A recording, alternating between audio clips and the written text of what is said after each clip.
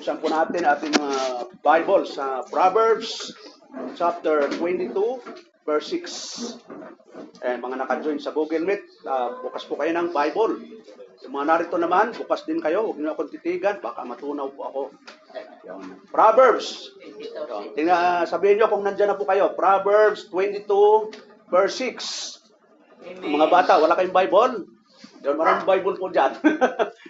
O yung mga mamaya, bigyan ko kayo ng Bible. Sino walang Bible? Tas ang kamay? Ayun. Yung mga senior, may Bible kayo? Amen. Yun. So, huwag na kayong humingi. Proverbs 22 verse 6. Sabay-sabay po tayo. Yes. Train up a child in the way he should go. And when he is old, he will not depart from it. So, purihin po ang Diyos sa mga salitang ating binasa ngayon. Tayo po'y manalangin. Salamat o Diyos sa umagang ito sa muli sa pagkakataon na kami po'y narito upang kami po ay sama-sama na magpuri at sumamba sa banal mong pangalan.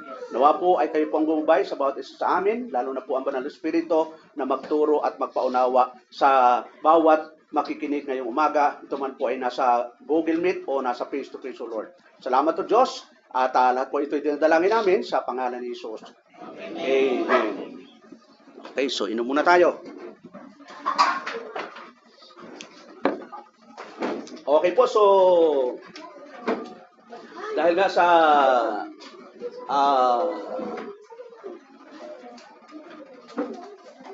okay na. Nilalamig. Nagkingelo na. Okay po, so nabalitaan ba niyo mga kapatid, yung mga barilan, yung mga estudyante sa Zamboanga? Yun, puro estudyante ang involved. Kaya ang dami kong inihandang topic, pero dito rin ako bumagsak sa topic na ito para ma-educate po tayo kung bakit nangyayari ang mga bagay na yan. Sa palagay nyo, mga kapatid, bakit nagkakaroon ng mga violente ang mga kabataan ngayon? Ano ba ang mga cause niyan? Sige nga, kung alam nyo mga kapatid, anong cause? Mga magulang. Ha? Yun, ano pa? Maraming cause, no? Pero ang pinaka-cause ko talaga doon, yung puso nila ay, ano po, deceitful above all things. Yun, mandaraya talaga. Kasi ang bata po, so, background lang po natin, no? Ayon po sa Philippine National Police, gagamit na po tayo ng mga Philippine. Sa school po, related, no? 325 nung na-related, no? Violence sa school, 325. Isang taon lang po ito, no? Mula sa 2016 to 1,275, no? Puro kabataan ang involved. Ngayon 2026, dito lang po muna tayo. Number 1 po na nag-related sa General Trias, Cavite. Yo, alam mo yun, no? Dito po sa atin. Noong June 16, ano nangyari? 7 elementary pupils were injured in a kitchen knife. Yun, alam mo? Kitchen knife ang na-injured dahil sa isang estudyante. Ano pa? June 19, Cavite pa rin. Alam mo, puro Cavite. Bakit ano nangyari dito sa Cavite? Kapatid. Ano ba yun sa Cavite National High School? Saan ba ito? Fist fight escalated into stabbing incidents involving senior high school. Senior high school? June 22. Sino nakalala? June 22. Tacloban po ito. Anong nangyari sa Tacloban? Two minors opened fire inside San Jose National High School. So, dalawa po, no? Tapos, ano po yon? 20 others wounded or injured. So, matindi ito, no? Tapos, yung latest, alam ba yung latest? Zamboanga. High school pa rin. Ganun puro high school, senior high school. Bakit kaya? High school, senior high school. Occurred at Ateneo de Zamboanga University, reviving national alarm from prompting investigation into online dedication and minor accountability. Yon. Alam mo yan, no? Sa Zamboanga, anak ng pulis, mataas yung grades niya, matalino. Yon. So, alamin natin bakit nagkakaganon. So, marami namang pinaka nagtitrigger. ang tawag doon, trigger. Kumbaga barel, hindi puputok yan kung hindi mo kakasa. So ganun ho ang tao. Kaya ho nagkakasala ang tao dahil may nagtitrigger. Kasi nga ang tao, totally corrupt, totally deceitful. So kung may magtitrigger dyan, talagang magkakaroon ng problema. So yung breakdown, from June 16 to August 19, alam mo, bomb threats, gawa ng mga high school, 26 cases. Alam mo, nagbabomb threat na yung mga high school. Nagbabanta na bubumbahin. 26. Shooting threats, 12 cases. Stabbing incident, 4 cases. Illegal firearms possession, 4 cases. Mga kabataan po ito, ha? Actual shooting incident, 2 cases yun sa Tacloban saka yung sa Zamboanga. Tapos yung death threats, 2 kaso. So, ang tanong, bakit nga ba nangyayari itong mga ganito, mga kapatid? Ano po kaya ang cause nito? Tingnan natin, mga kapatid. Pwede ba natin ibintang sa magulang? Pwede ba natin ibintang sa school? Pwede ba natin ibintang doon sa gumawa? Ano ba talaga ang cause nito, mga kapatid? Kung bakit yung mga kabataan ay nagkakaganon ang ugali? So, tingnan na po natin doon sa main root. Ang main root po ay ano? The fallen sinful nature. Yon. Born with it. Every child enter this world with a heart inclined towards it. Anger, pride, and harm. This is the first and this deepest cause. Yun talaga ang pinaka-unang cause na yung bata, pag isinilang yan, masama na po talaga ang puso niyan. Wala akong isinilang na bata na yung puso niya ay mabuti. Tingnan nga natin yung Genesis chapter 8, Psalms 51 verse 5. Ang sabi doon, behold, I was shapen in iniquity, and in sin did my mother conceive me. Galam mo yun, ipiniglihi ka saan? Sa kasalanan at inanyuan ka sa kasamaan. Psalms 58 verse 3. Anong sabi doon? The wicked are estranged from the womb. They go astray as soon as they be born, speaking lies. O, tinamamatid, yung mga bata, may nagtuturo ba dyan na gumawa ng mali? Wala ho eh. Pero paglabas yan, di ba? It's natural talaga kasi nga, inanyuan sa kasalanan, ipinaglihi sa kasalanan, inanyuan sa kasamaan. Kung saan ka ipinaglihi, yun ang lalabas. Di ba? Ipinaglihi ka sa kasalanan. Kaya paglabas natin nung sa bahay bata ng ating nanay, makasalanan na po talaga tayo, mga kapatid. Wala naman nagtuturo sa bata na gumawa ng mali. Pero bakit may gumagawa ng mali? It's natural talagang gagawin nila yon. Lalo na pag may nagtitrigger. Mamaya makikita po natin yan. Psalms, Genesis chapter 8 verse 21. For the imaginations of man heart is evil from his youth. O, gala mo yun, no? Ano daw yung imagination ng tao, ng puso ng tao, ay pawang masama na lamang mula sa pagkabata. O, talagang wala magsasabi na, alam mo, yung anak ko napakabait. Wala ho. Sabi ng Bible eh. Si Jeremiah 79, the heart, yun. Ano yung the heart? Is deceitful above all things and desperately wicked. Who can know it? Yung puso ng lahat ng tao. Yung puso ko, yung puso mo, puso ng lahat ng tao. Ayan po, deceitful above all things. Ano po yung pagkatagalog nun? Tingnan natin yung pagkatagalog nun. Jeremiah. Yan. Bukas po kayo ng Bible, mga kapatid, para hindi kayo antukin. Jeremiah 17:9. Pag hindi kayo nagbukas, mamaya tulog na po kayo. Yon. At magdadala po ng unan. The heart is deceitful above all things and desperately wicked who can know it. Sa Tagalog, ang puso ay magdaraya ng higit kaysa lahat na bagay at totoong masama. Sinong makakaalam? Yon. Yun po yung kondisyon ng tao mula sa sinapupunan pa lang ng kanilang ina. So, what the Bible says, evil and violence come from inside.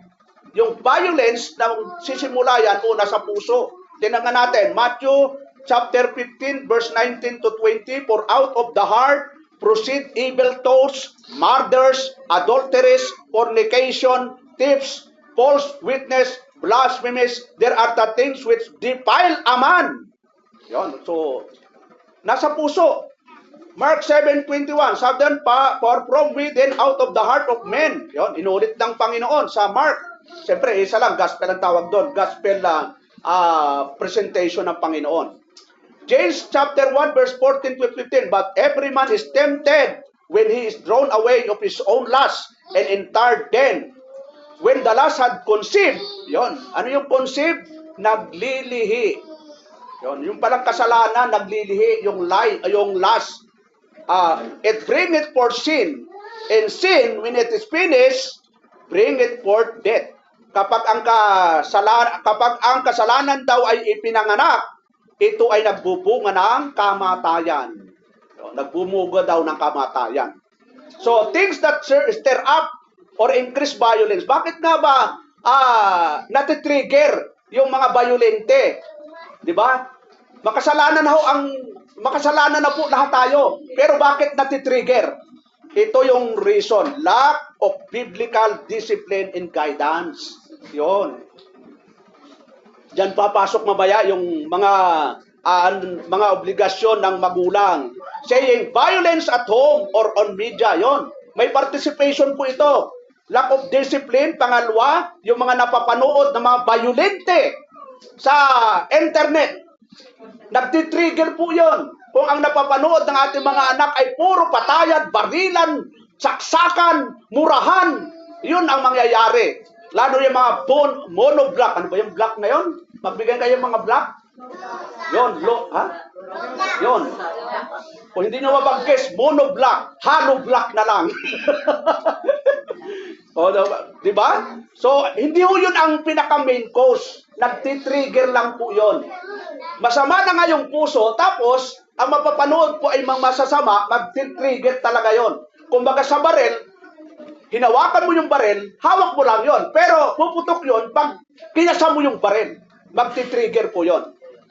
Ano po? Yung selfishness and pride. Yon. Ano po yung selfish? I want now. Yun ba? Hindi, gusto ko. Bakit anong pakialam mo? Yon. Pride po yon. Yon. Kapag sinabi mong gusto mo, ano ba ang batayan mo at gusto mo? Samantalang may dapat sundin na ang tao. Ang pamantayan ng Diyos yung rule na ibinibigay ng Diyos. Hindi yung rule natin. Yung rule natin, pag hindi rule ng Diyos ang masunod, consequence po talaga yon. Uncontrolled anger. Yon. Pag ang isang tao, isang bata, ay laging nanonood ng mga online games, mga online na mayroon na po siyang karakter na uncontrolled anger. Hindi ba nyo nahalata sa mga anak nyo minsan, mga kapatid? Na yung mga ugali ay na-uncontrolled na. Yon. Minsan, di na makakain, di na makainom, di na makaihi, lahat hindi na magawa dahil nakapokus na saan? Online, sa cellphone. Okay, tamo sa Australia, 15 pababa, bawal mag-cellphone. Sa Cebu, inimplit na po, 15 pababa, wala nang cellphone. Dito sa Cavite, ano pong edad ang may cellphone?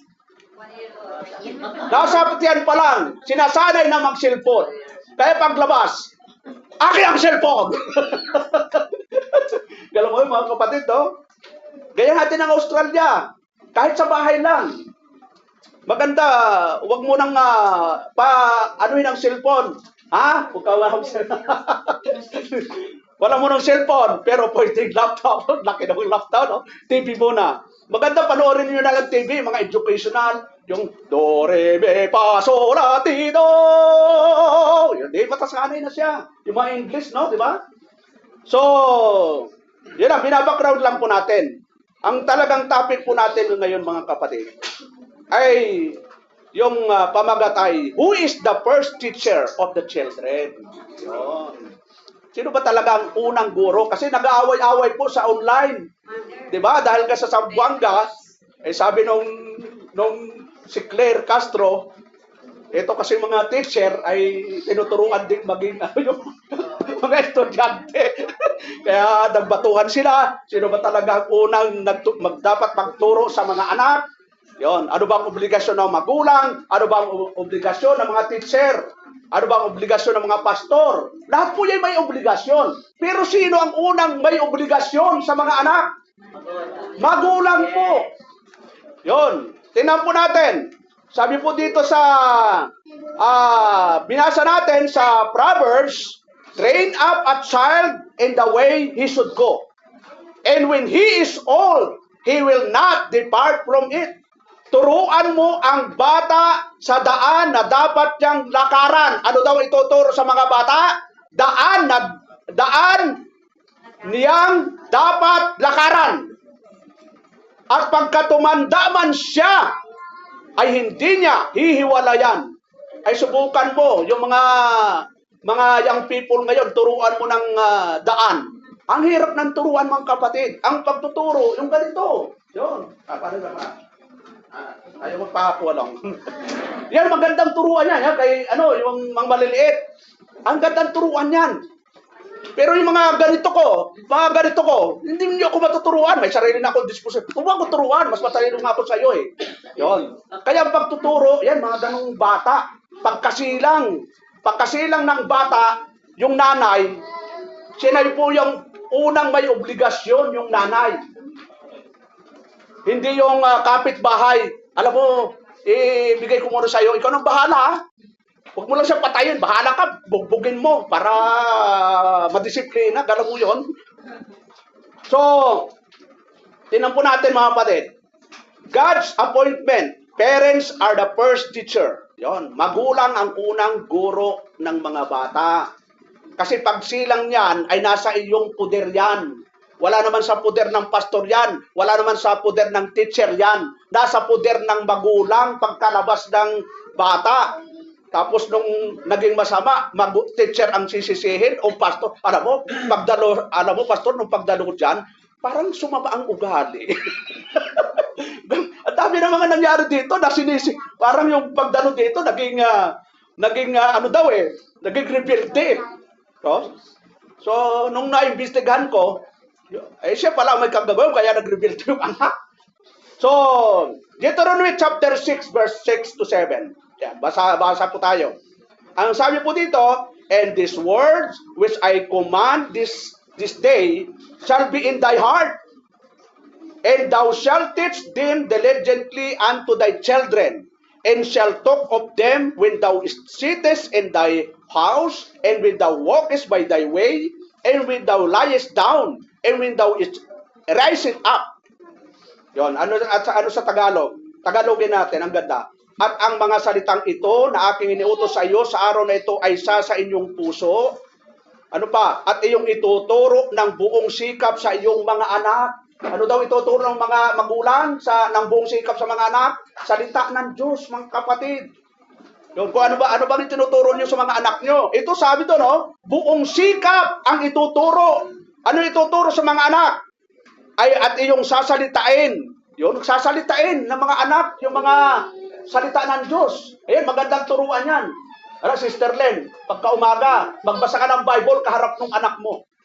O kumanta ka, to God be the glory. Mamaya, yung mga anak mo, magandang umano, no? Kata mo, kagabi ano nga pangalan ito? Nag-memory verse to. Pero sinusundan niya, Sister Janice. Nag-participate na siya. Dapat tayo mga magulang ang nangunguna. Hindi mo pwede, anak, magbasa ka. Pero ikaw na magulang, nagbabasa ka ba? Ano ba yung mga anak, kahit hindi mo sila turuan, pag nakikita sa'yo, gagayahin ka niyan. Ayun sasabihin, anak, manalangin ka. Hindi ka naman nakikita ng anak mong nanalangin. Samantalang kung ikaw yung nanalangin, anak, manalangin tayo. Yan. Umaga, tanghali, o kaya gabi na lang. Manalangin tayo, anak, bago tayo matulog. Hawak-hawak ang kamay. Tapos, taas ang kamay.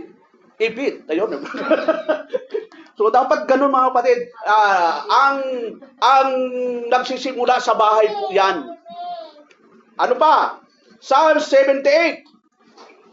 Ang sabi, verse 7, at iyong ituturo ng buong sikap sa iyong mga anak at iyong sasalitain tungkol sa kanila pagka ikaw ay nakaupo. Ayun, pag nakaupo, kayong dalawang magnanay. Anong gagawin? Pag nakaupo sa iyong bahay, pagka ikaw ay lumalakad sa daan, pagka ikaw ay nahihiga, sa pagka ikaw ay bumabangon, ituturuan mo yung anak mo ng salita ng Panginoon. Yun. Wala, matutulog. Anak, ang sabi po ng awit, kapitulo 1, talatay 1. Basta babasahin mo lang. Siguraduhin mga kapatid, kahit bata pa yan, itatanim sa puso niya yan. Huwag mong alalahan, naku, bata pa naman yan. Yan po ang pinakamagandang turuan, yung mga bata. Dahil wala pang naiimbak na masama dyan. Nandun yun, natural sa puso. Pero yung natural na edukasyon nila, wala pa talaga. Kaya dapat ang imbak dyan, yung mga mabubuting bagay. Turuan mo yung senior citizen. Naku na, huwag naman pastor. Di ako na ito. Tumanda na ako, pastor. Tuturuan mo pa ako? Ilang taon na ba, pastor? 59 ako. 80 anyos na ako, pastor. Yung narating ko, hindi mo pa nararating. Yon. Yung dinaanan ko, hindi mo ba nadaanan? O gano'n ang mga katuwiran ng mga matatanda di ba? Pag tinuruan pero yung bata, talagang makikinig sa iyo yan. Dahil wala pa talaga silang kamuang-buwang sa mga kaalaman sa mundo. Kaya makita natin mamaya.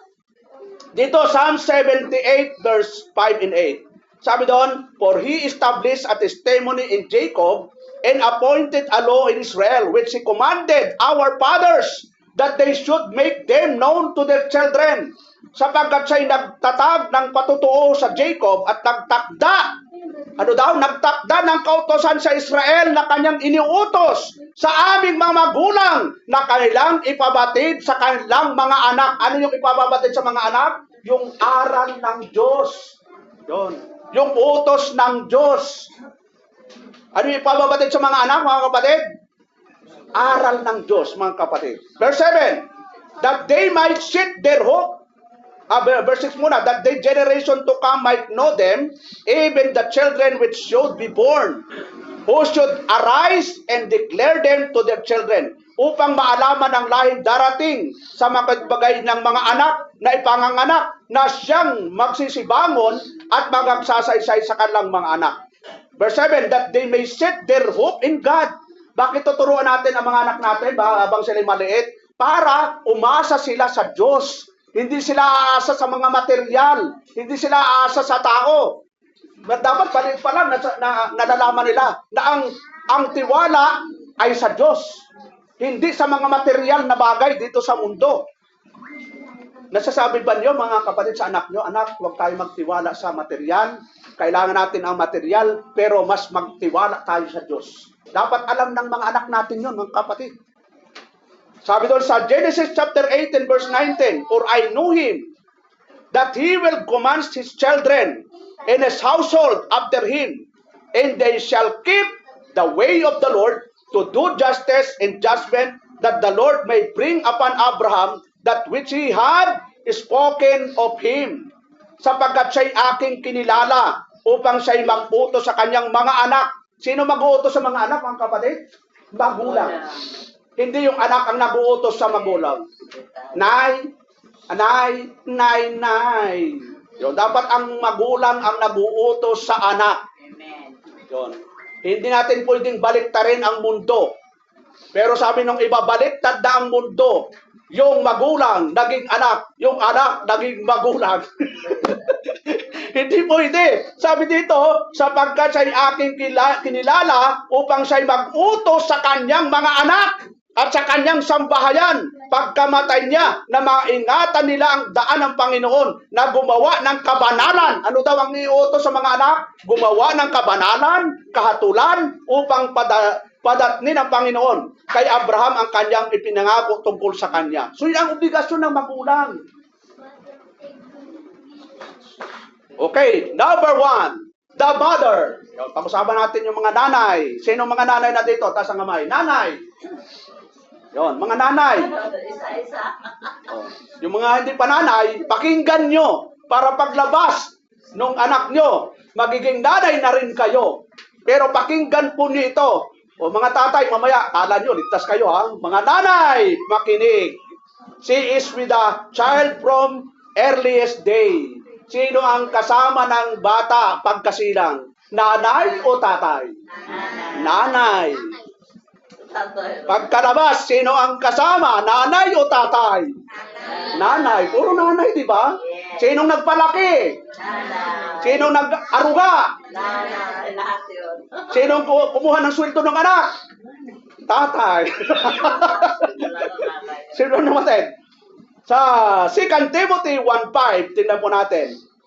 Sabi doon, when I call to remembrance the upright faith that is in thee which dwell first in the grandmother Louis and thy mother Eunice, and I am persuaded that in thee also. Ito si Timoteo, mga kapatid. Sinong nagtuturo dito ng salita ng Panginoon? Yung kanyang lola at yung kanyang nanay. Yun. Naalala ko ito ni Sister Susan, no? Tinuturuan yung mga anak pag nag-memory verse. Si Sister Susan muna ang nag-memory verse, sabay turo sa mga apo niya. Yun maganda. Diba? Maganda mga kapatid. Kasi dito si Timoteo, kung titingnan natin sa 2 Timothy chapter 3, verse 15, tingnan natin mga kapatid yung verse na yon. 3:15. Sabi ni Apostol Pablo, in that from a child thou was known the Holy Scripture, which are able to make thee wise unto salvation through faith which is in Christ Jesus. At mula sa pagkasanggol, ay alam mo, mula pa sa pagkasanggol, ay ay iyong nalalaman. Bakit kaya mula sa pagkasanggol? Kasi tinuruan po ng kanyang lola at sa kanyang nanay. Yung si Timoteo. Kaya sinabi ni Apostol na Pablo na mula sa pagkasanggol. Ibig sabihin, continuous yung pagtuturo sa mga anak. Umaga, tanghali, hapon, yung pagtuturo. Subukan nyo mga nanay na pagkagising nyo, basahan mo ng salita ng Diyos yung anak mo. Kahit yan, si Coco, kaya sa ito, si Guwapo, bogi pa, no? Subukan nyo, yung mga nag-aalaga dyan, pagkagising, basahan mo ng Bible, kantahan mo ng mga akapilahin, di ba? To God be the glory. Tapos ano pa? Great things He has done. Talagang gagayahin ka rin. Mag-iiko yan. So, tingnan po natin yung mga susunod. Sabi doon, sa Proverbs 20, 31, 26, 28. She opened her mouth. Wisdom in her tongue is the law of kindness. Binubo kanya ang kanyang bibig na may karunungan at ang kautusan ng kagandahang loob ay nasa kanyang dila. Verse 28, nagsisibangon ang kanyang mga anak at tinatawag siyang mapalad. Gayon din ang kanyang asawa at pinupuri siya niya na sinasabi. Yung alam mo yon, buong pamilya nagpupuri sa Diyos, mga kapatid. Yung anak, yung asawa, sama-sama silang nagpupuri sa Diyos. Di ba ang ganda naman yung ganong buong pamilya nagpupuri sa Diyos? Mangyayari lang po yun, mga young people. Tingin dito, lahat ng young people. Yung old people, huwag mo nang titingin. O, young people muna. Mangyayari lang ito na sama-sama tayong sasamba sa Panginoon kung ang asawa mo rin ay makadiyos. Pagpariho ang pananampalataya, primitive. Ang asawa ay primitive. Pero kung ang ikaw ay primitive, asawa mo ay Buddhist. Ang asawa mo ay ano bang mga asawa mo ay Islam. So kailangan ka pananampalataya para intact talaga, buo kayong pamilya, iisa ang sinasampalatayanan mo. Sinasampalatayan ninyo. Sitin natin, sabi doon, nagsisibangon ang kanyang mga anak, alam mo? At tinatawag siyang mapalad, gayon din ang kanyang asawa, at pinupuro siya niya na sinasabi. Yun. Talagang nandun po. Verse 15, Isaiah 49:15, can a woman forget her sucking child, that she should not have compassion on the son of her womb? Yes, they may forget, yet will I not forget thee. Malilimutan ba ng babae ang kanyang batang pasusuhin na siya'y hindi mahahabag sa anak ng kanyang bahay bata? Oo, ito'y makalilimot, ngunit hindi kita kakalimutan. Di ba may kasabihan, malimutan na ang anak ang magulang. Pero ang magulang kailanman hindi makakalimot sa anak. Kunwari lang na nalimutan ng magulang, pero sa kaloob-looban niya, masakit din pala. Diba, mga magulang, di ba? Akala lang natin, ay parang sinasadya natin ang ating mga anak, pero sa kaloob-looban, mayroong something na talagang kailangan mong tiisin muna, pero sa loob mo, gusto mo talaga silang makita rin. Yun ho ang karakter ng mga magulang. Punta po tayo sa mga tatay. Tatay, taas ang kamay mga tatay. Tatay, mga tatay. At tatay ka na? Ano ulit? Kapag mga ano pa, mga 20 years pa maging tatay. Huwag magmadaling maging tatay, ha? O mga bata, huwag magmadaling maging tatay. Ang totoo nun, may 10 years old, tatay na. May nanay, mga nanay, 9 years old. Ang bata pa. Kasi 9 years old, mayroon yata ngayon na nagkakaroon ng monthly period. Eh di ba, ang babae, pag nagkaroon ng monthly period, pwede rin siyang magbuntis. Oh. Pababa ng pababa ngayon. Yon, pwede nang kantahin yung spaghetti. Pababa ng pababa. Yung nagbubuntis. Dati ang nagbubuntis, nasa ano yata, 20 years old eh. Yon, di ba? Eh ngayon, pababa ng pababa eh. Nung pandemic nga, 12, 13 years old. Kung kailan pandemic, saka na maraming nabuntis. Alam mo, social distancing, ang daming nabuntis. Ano kaya yon? Ang pagbubuntis ba online na rin? So, ang sabi doon, yung mga lalaki, yung mga tatay, Ephesians chapter 6 verse 4, ito para sa mga tatay, kanina sa mga nanay, di ba? Kaya susunod, isama niyo yung mga nanay, tatay, buong pamilya kayo, para lahat kayo maaralan. Ang sabi doon, and you fathers, yun, kanino naka-address? Sa mga tatay, provoke not your children to wrath, but bring them up in the nurture and admiration of the Lord. Yun. Huwag daw, sa Tagalog, at kayong mga ama, huwag ninyong ipumangkahe sa galit ang iyong mga anak, kundi inyong turuan sila. Ano ituturo? Ayon sa saway at aral ng Panginoon.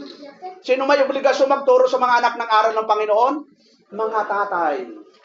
Ay, pastor, wala ng tatay. Yung nanay na. Tatay at nanay na.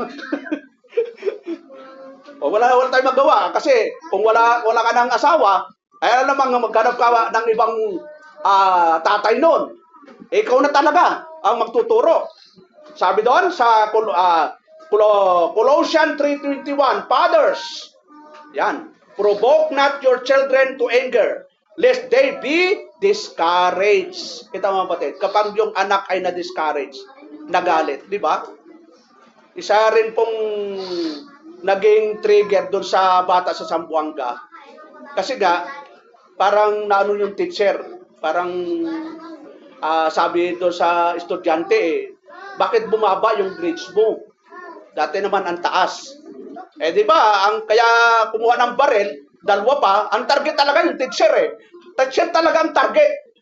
Kaya tayong mga nanay, mga magulang, at yung mga teacher na nakikinig, dahan-dahanin po natin baka mag-trigger. Ang sa atin, encourage. Puro encourage po yan. Encourage. Hindi natin pwedeng puwersahin. Kahit yung mga pastor, di naman kailangan namin puwersahin kayo, mga kapatid. Eh. Kahit dito. Kasi kung puwersahan, tatalian ko kayo. Puwersahan na yan eh. Pero wala ho eh. Voluntary talaga ang pagsunod sa Panginoon eh. Ano pa ho? Sabi doon, mga ama, huwag ninyong ipamangkan sa galit ang inyong mga anak upang huwag manghina ang loob. Yun. Kasi kapag naramdaman ng mga anak na ang tatay ay parang walang pakialam, kasi ang may pakialam talaga, minsan ang nanay talaga eh. Minsan nga talagang nag-aaway yung nanay at tatay dahil sa pagdisiplina. Pero ang pinaka talagang nagbibigay daw ng yung nanay talaga. Kasi siyempre, nanay nakaramdam ng hirap. Nakaramdam, paglabas, nanay talaga eh. Paglaki, nanay pa rin. Kaya ang sabi ng Bible sa mga tatay, mga ama, huwag ninyong ipamangkay sa galit ang inyong mga anak upang huwag manghina ang loob nila. Yun. Joshua 24:15. And if seem able unto you to serve the Lord, choose you this day whom you will serve, whether the gods which your fathers served that were on the other side of the flood, the gods of the Amorites, and whose land did dwell. But as for me, yun, ito maganda, but as for me and my house, we will serve the Lord. Ang ganda po ng isang buong pamilya, sama-samang sumasamba sa Diyos, mga kapatid. Ipinagpipray ba nyo, mga kapatid, na isang araw ay kasama nyo lahat dito ang inyong pamilya? Nagpipray ho ba kayo na ang inyong pamilya ay madala dito, mga kapatid, sa paglilingkod? O sabihin, bahala sa buhay niya, mga impyerno! Huwag naman po, mga kapatid. Dapat nagpipray po tayo, iniluluhod natin sa Diyos. Kailangan mong prayer and fasting. Sabi niyo, Lord, hindi ako kakain ng isang linggo. Kahabagan mo lang ang aking mahal sa buhay.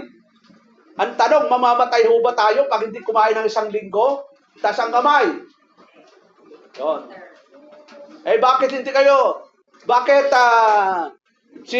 sino bang nagpasting ng 40 days and 40 nights? Sa Bible? Si Moises, saka si Jesus Christ. Yun. Marami naman. Pero karaniwan ay mga hindi naman umaabot sa isang buwan. Kayo po, nagpapasting po kayo? Anong fasting nyo? Pag natutulog na lang, pastor, di ako kumakain.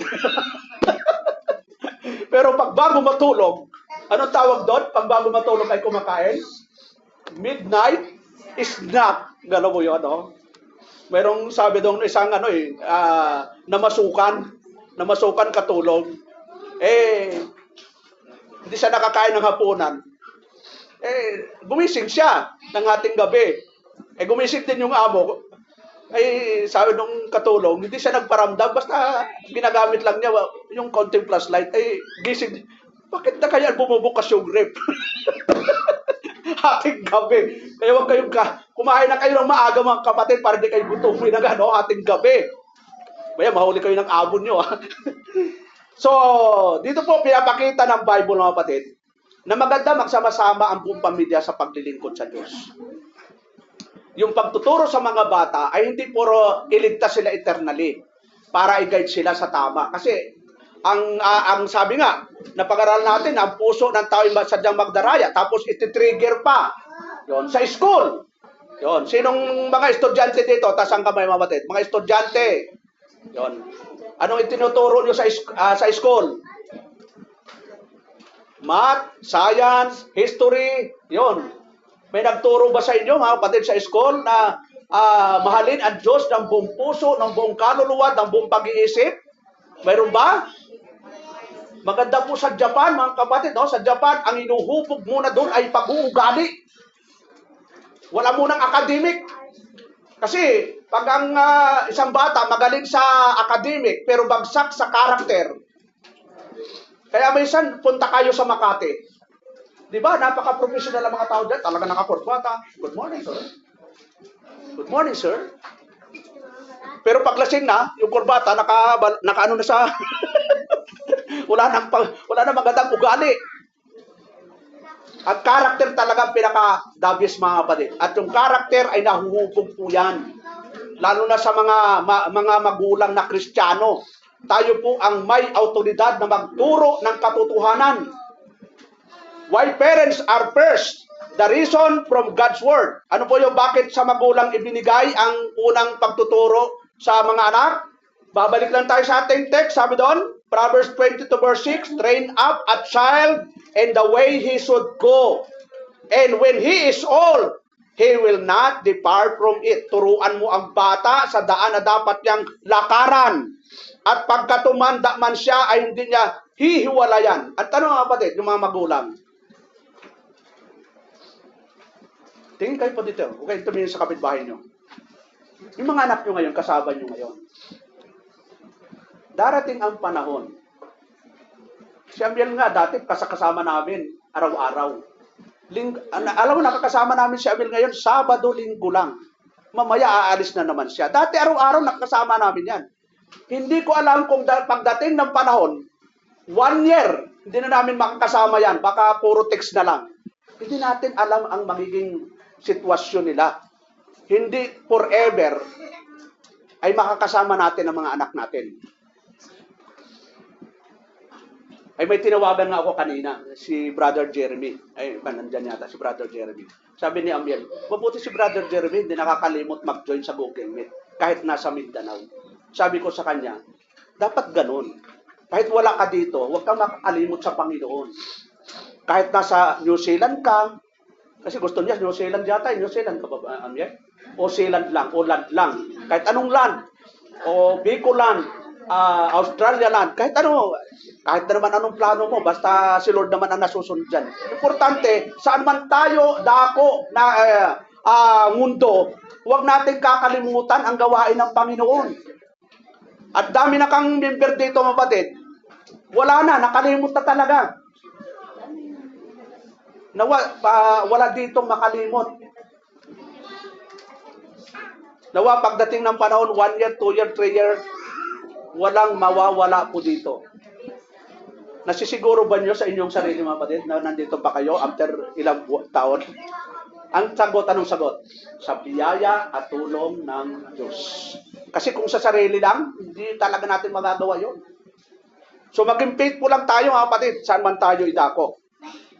Tinan po natin, sabi doon, this command is given first to parents. Yun, Proverbs 22 verses. At magulang po talaga ang inutos na i-train yung mga bata, maliit pa lang. Pangalawa, the child belongs to God and trusted to you. Yung pagiging magkaroon tayo ng anak, pinagkatiwala lang sa atin ng Diyos yan. Ang dami ng gustong magkaanak, hindi nagkakaanak. Bakit ikaw ang binigyan ng Diyos ng anak? Para i-manage mo ng tama. Ikaw ang magdidisiplina niyan. Ano ang sakop ng pagdidisiplina ng mga magulang? Yan, didisiplinanin at mga anak sa oras. Yun, mga bata, anong oras matutulog dapat? Sagot, mga kapatid, anong oras dapat natutulog tayo sa gabi? 10. Sinong lumalampas sa 10? Taas ang kamay. Oh, dami mga bata ba? Lumalampas kayo sa 10? Dapat ka, mga alas 7, tulog na mga bata. Anong ginagawa nyo sa 10? Ha? Umamin kayo. Ha? Hindi ba nyo alam na nagagalit ang Diyos kapag kayo'y natutulog ng wala sa oras? Bakit to? Ang gabi ay ginawa ng Diyos para magpahinga. Kulang pa ba ang ilang bang oras sa araw na? Ilang oras ang isang araw? Yung isang araw lang yung mula alas 6 hanggang alas 6. Ilang oras yon? 12 hours. Kulang pa ba yung 6 to 6? 12 hours? Para sa sarili nyo? Samantalang yung gabi, ginawa ng Diyos yan para magpahinga. Disiplinahin natin ang katawan natin, mga kapatid. Kasi kapag hindi natin dinisiplina, magagalit po ang Diyos. At pag nagalit po ang Diyos, ito yung mangyayari. Tingnan po natin, mga kapatid. 1 Timothy, 1 Corinthians, chapter 3, verse 16. O yung mga nagpupuyat ha, mula ngayon, imumonitor ko kayo. Kasi pananagutan po ng pastor, mga kapatid eh. Know you not, o verse 16, basta sabay-sabay po tayo. Know you not that you are the temple of God, and that are the Spirit of God dwelleth in you. Yung katawan mismo natin, kabuuan, si Church, tayo mismo'y kabahagi ng church, templo tayo ng Diyos, naninirahan ng Espiritu ng Diyos, tapos pupuyatin mo ang tinitirahan ng Diyos. Pag ginawa mo yan, ano ang gagawin ng Diyos sa atin? Verse 17, sabay-sabay nga tayo, atin, malakas. And if any man defile the temple of God, him shall God destroy. For the temple of God is holy, which temple you are. Oh. Saan daw nanirahan ng Banal Espiritu? Sa atin. Tapos pinupuyat mo yung bahay ng Diyos. Oh. Anong gagawin ng Diyos sa'yo? Sabi doon, wawasakin ko rin kayo. Gala mo, wawasakin? Ano ibig sabihin ng wawasakin? Sisirain. Kayo huwag kayong magpupuyat, mga kapatid. Maawa kayo sa sarili nyo. Maawa kayo sa sarili nyo. Kasi ang pagpupuyat, ang dami pong mga scientific po yan.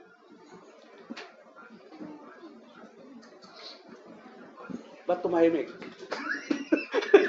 Huwag tumahimik pa. Anong sign ng tahimik? Nagugutom o nauuhaw? Tinatamaan. So, ano pa kapatid? So, sabi doon, malapit po tayo. Genesis 33, 5, and he lifted up his eyes and saw the woman and the children and said, who are those with thee? And he said, the children which God had graciously given thy servant. At tiningin ni Iso ang mga mata niya, takita ang mga babae at mga bata, at sinabi, sino-sino itong mga kasama mo? At kanyang sinabi, ang mga anak na ipinagkaloob ng Diyos sa iyong lingkod. Yung mga anak pala natin, mga kapatid, ipinagkaloob sa atin ng Diyos. Kaya dapat tayo ang unang nagdidisiplina sa mga bata natin. Ay, minsan, may mga anak-anay, magbasa ka naman ng Bible, nice. Ang anak na nagdidisiplina sa sa magulang eh. Baliktad na. Tayo ang may autoridad na magdisiplina sa mga anak. Huwag kang matakot kung masaktan. Suyuin mo lang pagkatapos. Yun. Ganun lang naman. Minsan, pag nakasanayan yung anak at pinuna mo, nasasaktan talaga mga bata, lalo na pag nakasanayan nila. Your example, teaches louder than any lesson. Yun yung sabihin mo, anak, ganito, ganito, ganito, ganito. Hindi po effective yun eh. Ang effective, ikaw mismo na nakikita ng mga anak sa'yo. Alam, yung nagluluto, pakita mo sa anak, nagluluto ka. Pag nakita ng anak, ang galing magluto ni nanay ng spaghetti, gagayahin ko yan pag ako'y naging nanay na. Ang galing magluto ni nanay ng adobong kangkong. Ang galing ni nanay magluto ng adobong tuyo. May adobo bang tuyo, mga kapatid? Mayroon ba? Hindi pa ako nakakatikim, sister. Patikin mo nga ako si adobong tuyo. Matindi nun, ano? Ang alam ko, peritong tuyo, inihaw na tuyo, tuyong nilagay sa yung, may sabaw na magulay. Yung alam ko eh. So, may adobong tuyo pala, no? So, patikman nga natin yan. So, ano pa? Sabi doon sa 1 Timothy 4:12, let no man despise thy youth, but be thou an example of the believers in word and conversation, in charity, in spirit, in faith, and purity. Huwag hamakin ng sino man ang iyong kabataan, kundi ikaw ay maging uliran ng mga nagsisampalataya sa pananalita. Sa pananalita, mga nanay, mga magulang. Sa pananalita, huwag magmumura. Baka kaya nagmumura anak mo, nagmumura ka rin. Sa pamumuhay, sa pag-ibig, sa pananampalataya, sa kalinisan. Kaya mo, tingnan natin maging uliran saan? Pananalita.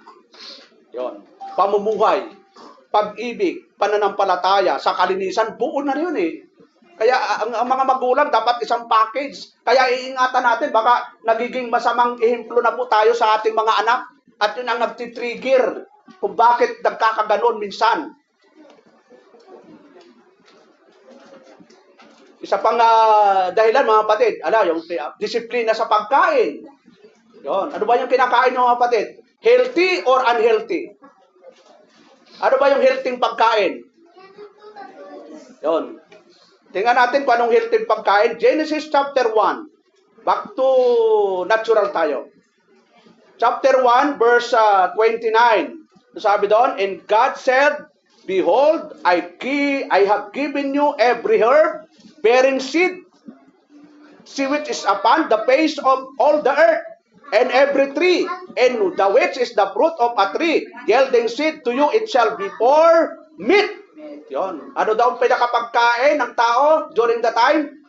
Prutas at saka gulay. Ngayon, ano ang kinakain natin? Pizza. Puro frozen food. Ano kaya mangyayari sa katawan natin? Magre-react po yan, mga kapatid. Hindi kasi yan ang natural na pagkain ng katawan natin. Ito mo, pag ang kinakain mo, prutas at gulay, ang ganda ng pakiramdam eh. Ang ganda po. Kung wala kayong gulay, mag-barley na lang po kayo. Nagpromoto na yan.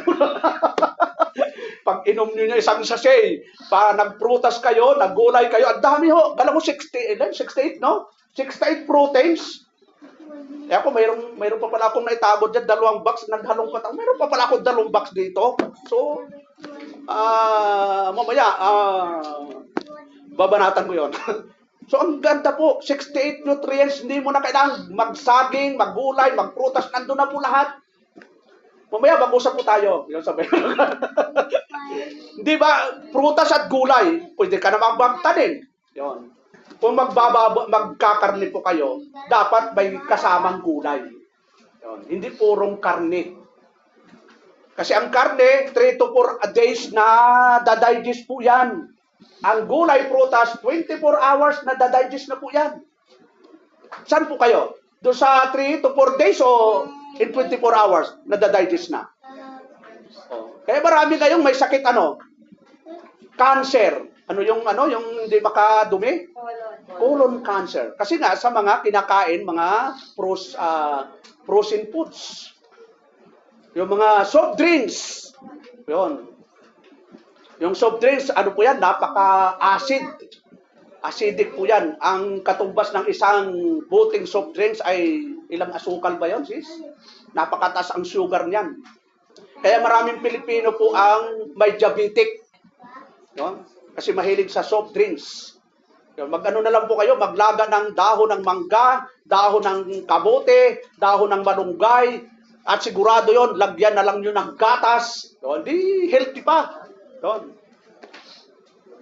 Ano pa, mga kapatid? Last point po natin.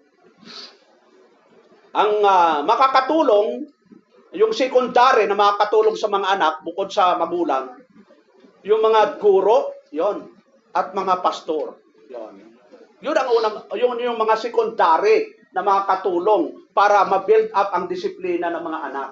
Pero wag natin iasa sa teacher, wag natin iasa sa pastor. Kayo po ang number 1 o may obligasyon nun. Kaya sabi doon, Hebrew 13:17, obey them that have the rule over you and submit yourself, for they watch for your souls, as they that must give account that they may do it with joy and not with grief, for that is unprofitable for you. So, obligasyon ng pastor ay ang inyong mga kaluluwa. Kami po ang binigyan ng mandato ng Diyos na bantayan. Ano bang babantayan namin sa inyo? Physical o kaluluwa? Yung kaluluwa. Ay, minsan hindi lang kaluluwa, pati physical Ang obligasyon ng tatay ninyo, physical, yung inyong pangangailangang physical. Ang pastor ay ang binabantayan nyo, yung pangangailangan ninyong is spiritual. Pero minsan, hindi lang spiritual ang binabantayan namin. Sino ba dito ang nangangailangan? Sino ba dito ang may... Lahat ng mga kapatid sakop na namin Kaya maganda talaga pag mayroong Bible study sa bahay-bahay, may mayroong visitation, nalalaman namin kung anong problema ng mga kapatiran. Yon. May mga kapatiran talagang walang-wala. Kaya mayroon tayong helping ministry. Mayroong each one, bring one. Ang tanong, nasaan yung one? Bakit nawala? Ano po problema, mga kapatid? Nawala na rin pagmamahal sa kapatiran. Hindi na ako nag-a-announce. Bahala na kayo kung gagawin nyo. Mabuti na lang. Nung last week, di ba? Mayroon tayong blessing.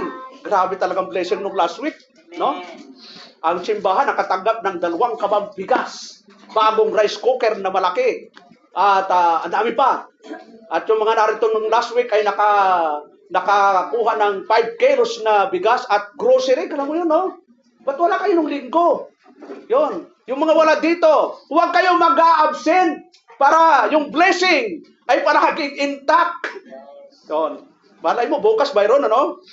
Lord. Pray lang tayo. Sabi nga, seek you first the kingdom of God and His righteousness, and all these things shall be added unto you. Ina-add lang ng Panginoon yun. Hindi naman tayo nagre-request, hindi naman tayo nagdi-demand. Pero kapag kinilos ng Diyos ang isang kapatiran, nako, pastor, ilan hong pamilya dyan? Oh. Ako na po ang bahala. Tigta 3 kaban isang pamilya. Di ba? Ganda nun, ano? Isang pamilya, 3 kaban. Ilang buwan yung kakainin, sis? Tapos isang box noodles, grabe. Haluan mo na lang ng gulay. So hindi natin alam ang pagkilos ng Diyos, mga kapatid, di ba? But ako ang sekreto ko lang sumunod ka lang sa Diyos. Yung blessing, it follows na lang yon. Amen. Yung iba na, hingi ng blessing, Lord, blessing, blessing, blessing. Pero ayaw namang sumunod sa Diyos. Kaya hanggang ngayon, walang blessing. Anong mauna? Blessing o pagsunod? Pagsunod muna. Yes, amen. Huwag ka magreklamo kung walang blessing, baka hindi ka sumusunod sa Diyos. Di ba? Tingnan natin, kahit ang blessing nag-overtake. Anong gusto nyo sa blessing? Mag-overtake o walang overtake? Tingnan natin, Deuteronomy chapter 28. Ang blessing nag-overtake talaga. Ito ang gusto natin, nag-overtake na wala ka pa doon sa lugar na pupuntahan mo, nag-iintay na yung blessing. Wala ka pa doon sa New Zealand. Sinong gusto sa New Zealand? Taas ang kamay? Ako gusto ko. Ang dami. Taas ang kamay, lahat ng gusto sa New Zealand. 1, para bilangin ko, ipapapray ko mamaya. 1, 2, 3, 4, 4 lang, 5, ano pa? Sige, 6, 7, 8, 9. Si Mrs. Ayaw mo Mrs. Ako na lang. Ayaw ni Mrs. Paano yan? Iwanan ko si Mrs. dito. Ay, para mag-usap kami mamaya. Sa 28 verse 1, tinan po natin. Yung gusto mag-abroad, saan mang dako ng mundo, ito ang sekreto, mga kapatid. Ang sabi doon, and it shall come to pass, yon, if thou shall hearken diligently unto the voice of the Lord, thy God, to observe and to do all His commandments, which I commanded this day, that the Lord thy God will set thee on high above all nations of the earth. Ano ang mangyayari sa verse 2? Sabay-sabay nga tayo, mga kapatid. Sige, bukas kayo ng Bible, mga kapatid. Ano sabi sa verse 2? And all these blessings shall come on thee and overtake thee, if thou shall hearken unto the voice of the Lord thy God. Ano mangyayari daw sa blessing? Mag-o-overtake. Ibig sabihin, narito ka pa sa Pilipinas, nag-iintay na sa'yo yung blessing doon sa pupuntahan mo. Amen. Yun. Ngayon, kabaligtaran naman, pag hindi ka sumunod sa Diyos, anong mag-o-overtake sa'yo? Ito naman, 15. Tingnan natin sa 15. At mamimili kayo ngayon kung anong gusto nyong mag-overtake. Kasi hindi lang ang sasakyan ang nag-overtake, blessing. Ito, ibang overtake naman ito. But it shall come to pass, if thou will not hearken unto the voice of the Lord thy God, to observe, to do all His commandments, and His statutes which I commanded this day, that all, ano yung all na yon? These curses shall come upon thee, and overtake thee. Dalawang mag-overtake ka ng kapatid. Mamimili ka kalabo yun, no? Kapag ikay masunurin sa Diyos, saan ka man pumunta, nag-iintay na sa iyo yung blessing. Pag hindi ka naman sumunod sa Diyos, nag-iintay na sa iyo ang alin? Sumpa o parusa, consequence. Yun. Kaya ang unang gagawin natin, yung mga nagpaplano mag-abroad, sumunod muna tayo sa Diyos. Para pagdating doon, payapa ang buhay natin. Pag hindi ka sumunod sa Diyos, mapunta ka man sa yelo. Sa, ano bang nag-yelong bansa? Alaska. Ano pang, ayun. Yun. Iinit talaga ang buhay mo doon. Kailangang masunurin po tayo. Kasi pag masunurin ka, ito yung magiging resulta. Proverbs chapter 3. Yun. Verse 1. Puro verse 1 pa lang. Verse 1, puro binasa natin. Verse 1, verse 2. Tingnan po natin. My son, forget not my law. So ito, ang unang binanggit yung my law. Wala pa yung Ovaltine, may Milo na sa Bible. Old Testament. Forget not my law, but let thy heart keep my commandments. Ano ang magiging resulta nito, mga kapatid? Pag masunurin tayo sa Diyos. For length of days and long life and peace shall they add to thee. Yun. O edi kahit pumunta ka, si Sister Perla ba? Pumunta sa England, no? Taga-England yata. England ba, Sister? New Zealand ka na lang para doon na tayo, isang bansa na lang tayo. Maghanap ka ng taga-New Zealand, Sister. Kailangan kung talagang taga-England yung ni Sister Perla, wala tayo magagawa. Approve na ba yun, sis? On the way na raw eh. So, maganda po ito, mag-iisang puso natin mga kapatid. Samantayo, hindi natin alam kung sino yung idadako sa New Zealand, sa England, sa kung saang bansa. Hindi natin alam eh. Yung bukas, di nga rin natin alam eh. Ang importante, maghiwa-hiwalay man tayo, hindi tayo maghihiwalay sa pananampalataya. Amen. At ang technology ngayon, kahit saan kandako, pwede tayo mag-video call. Pastor, video call tayo. Meron tayong kakausapin. Willing po siya na mag-Bible study online. O, hindi, di ba? Wala, Sister Perla, nasa England. Pastor, hi, hello. This is my partner now. He want to know about sovereign grace. Okay, no problem. Add him in our video call. O, di ba? English speaking yun. My brother, this is our topic for today, about sovereign grace of God. You know that we are chosen by God before the foundation of the world. Oh, grabe, magaling sa English si Pastor. Nasa Bible din naman yun. kahit ano pang magaling sa English, hindi ako, nasa Bible na po yan, hindi ako mauubusan ng English. Counting English, you know, my dear brother, according to Ephesians, sa dami ng talatang alam ko, hindi ako maubusan ng English, mga kapatid. Huwag lang tuloy-tuloy na English ako mag-end. Maubusan talaga ako doon. So, huwag niyo sasayangin yung oras kung nasa ibang bansa kayo. Yon. Kung gusto niyo mag-online, mag-Google Meet, no problem. Ano bang technology? Samantalahin po natin. Okay, so, yan lang po, kapatid, sa umagang ito. At babalikan lang po natin yung ating teksto. Proverbs 22 verse 6, train up a child in the way he should go, and when he is old, he will not depart from it. Yun. So, tayo po tumayo, at tayo po manalangin, at pagkatapos ito magpaawit si Brother Lily. Salamat o Diyos sa umagang ito, sa iyong kabutihan, sa iyong biyaya. Salamat po din sa pagkakataon na kami po nakapag-aral ng iyong salita. Nawa po, lahat po kami, lalo na po ang mga magulang, ay maintindihan namin ang aming mga obligasyon na bilang magulang ay i-train namin ang mga anak namin sa pagsunod sa iyo, Lord. Salamat o Diyos at bigyan mo kami ng pusong natuturuan. Magkaroon nawa kami ng teachable spirit na masunod namin ang iyong kalooban. Salamat o God, sa mga titara po ng oras, kayo po ang mahunat gabay sa pangalan ni Jesus. Amen.